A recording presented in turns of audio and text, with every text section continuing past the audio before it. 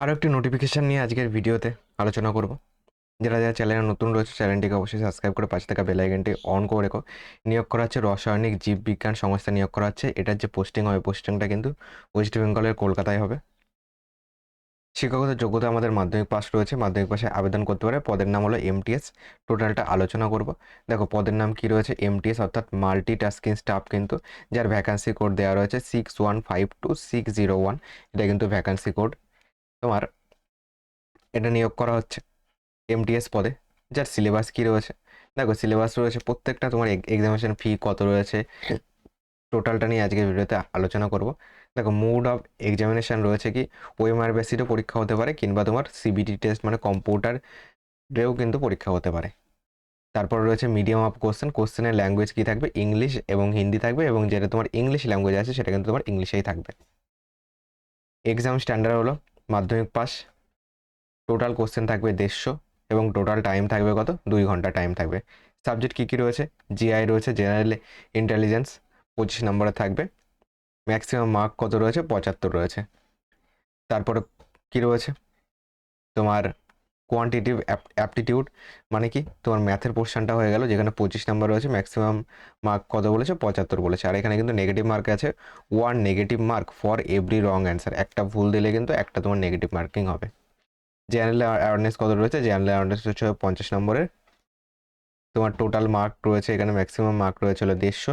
English রয়েছে হলো 50 নম্বরের, ম্যাক্সিমাম মার্ক রয়েছে কিন্তু 150। এখানেও কিন্তু নেগেটিভ, কিন্তু একটা ভুল করলে কিন্তু 1 নম্বর নেগেটিভ। নেক্সট অ্যাপ্লিকেশন ফিতে আসি। অ্যাপ্লিকেশন ফি যারা মহিলা প্রার্থী রয়েছে, এসসি এসটি পিডাব্লিউবিডি এবং ইএক্স সার্ভিসম্যান যারা রয়েছেন, তাদের কিন্তু কোনো রকম ফি কিন্তু লাগবে না, কোনো ফি লাগবে না। আর বাকি ক্যাটাগরি যেমন ওবিসি এ হয়ে গেল, বি হয়ে গেল, জেনারেল ক্যাটাগরি হয়ে গেল, তাদের কিন্তু 500 টাকা কিন্তু ফি লাগবে ফর্ম ফিল আপের।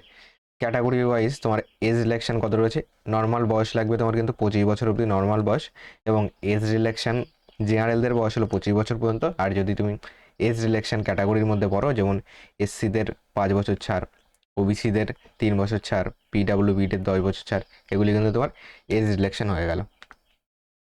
তারপর ফর্ম ফিল আপের ডেট কবে রয়েছে, দেখো ফর্ম ফিল আপ শুরু হচ্ছে 5/3/2026 এবং লাস্ট ডেট হলো 4/4/2026 কিন্তু ফর্ম ফিল আপের লাস্ট ডেট। এর জন্য ফর্ম ফিল আপ করার জন্য এই সাইডে গিয়ে কিন্তু তোমাকে আবেদন করতে হবে। https://iicb.res.in/ এই সাইডে গিয়ে কিন্তু তোমাকে আবেদন করতে হবে। এই সাইডের লিঙ্ক এই ভিডিও ডেসক্রিপশন বক্সে পেয়ে যাবে, সেখানে দিয়ে রাখবো। আর এই টোটাল নোটিশটার পিডিএফ আমাদের টেলিগ্রাম চ্যানেলে প্রোভাইড করে দিয়েছি, সেখানে পেয়ে যাবে।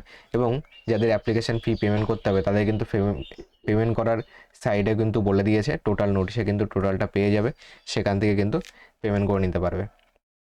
টোটাল নোটিশটি পড়ে নেবে, দেখবে আমাদের টেলিগ্রাম চ্যানেলে দেওয়া রয়েছে, সেখান থেকে ডাউনলোড করে নিতে পারবে। আর হোয়াটসঅ্যাপ গ্রুপেও জয়েন্ট হয়ে যাও, সেখানে বিভিন্ন ক্লাসে তোমাদের যদি আমি ক্লাস নিই, সেই ক্লাসের লিঙ্ক, যেমন এই ভিডিওটার লিঙ্কও কিন্তু সেখানে প্রোভাইড করে দেবো। ভ্যাকান্সি কত রয়েছে, ভ্যাকান্সি দেখো একদমই কিন্তু কম রয়েছে, শুধুমাত্র 8টা ভ্যাকান্সি রয়েছে। ইউআরএ 5টা, এসসিতে 1টা, ওবিসি এনসিএল 1টা এবং ইডাব্লিউএসে 1টা, কিন্তু এদিকে কিন্তু 8টা কিন্তু ভ্যাকান্সি রয়েছে। ওকে, আর ভ্যাকান্সি কোড রয়েছে এটা, এজ লিমিট 18 থেকে 25 বছর। এর পে লেভেল কত রয়েছে, 18,000 থেকে 56,900 টাকা কিন্তু পে লেভেল। শিক্ষাগত যোগ্যতা হলো মাধ্যমিক পাস। ওকে, মাধ্যমিক পাশে কিন্তু তুমি এটাকে আবেদন করতে পারবে। যারা যারা নতুন রয়েছে অবশ্যই চ্যানেলটিকে সাবস্ক্রাইব করে পাশে থাকা বেল আইকনটি অন করে রাখো। আর এইটা আমাদের হোয়াটসঅ্যাপ গ্রুপের কিউআর কোড, এটাকে স্ক্যান করে জয়েন করতে পারো, কিংবা ডেসক্রিপশন বক্সে লিঙ্ক আছে, সেখান থেকেও জয়েন্ট হয়ে যেতে পারো। আর যারা এসএসসি জিডির জন্য প্রিপারেশন নিচ্ছ, আমি কিন্তু তোমাদের জন্য অঙ্কিত ভাটি স্যারের যে 2026 এসএসসি জিডির বই রয়েছে, তার কিন্তু ম্যাথ চ্যাপ্টার ওয়াইজ কিন্তু ধরে ধরে সলভ করাচ্ছি। অলরেডি কিন্তু একটা চ্যাপ্টার হয়ে গেছে, এবং 2 নম্বর চ্যাপ্টার অনুপাত এবং সমানুপাত কিন্তু রানিং চলছে, যার কিন্তু 4 নম্বর পার্ট পর্যন্ত কিন্তু কমপ্লিট হয়ে গেছে। তো যারা যারা নতুন রয়েছে অবশ্যই চ্যানেলটিকে সাবস্ক্রাইব করে পাশে থাকা বেল আইকনটি অন করে রাখো।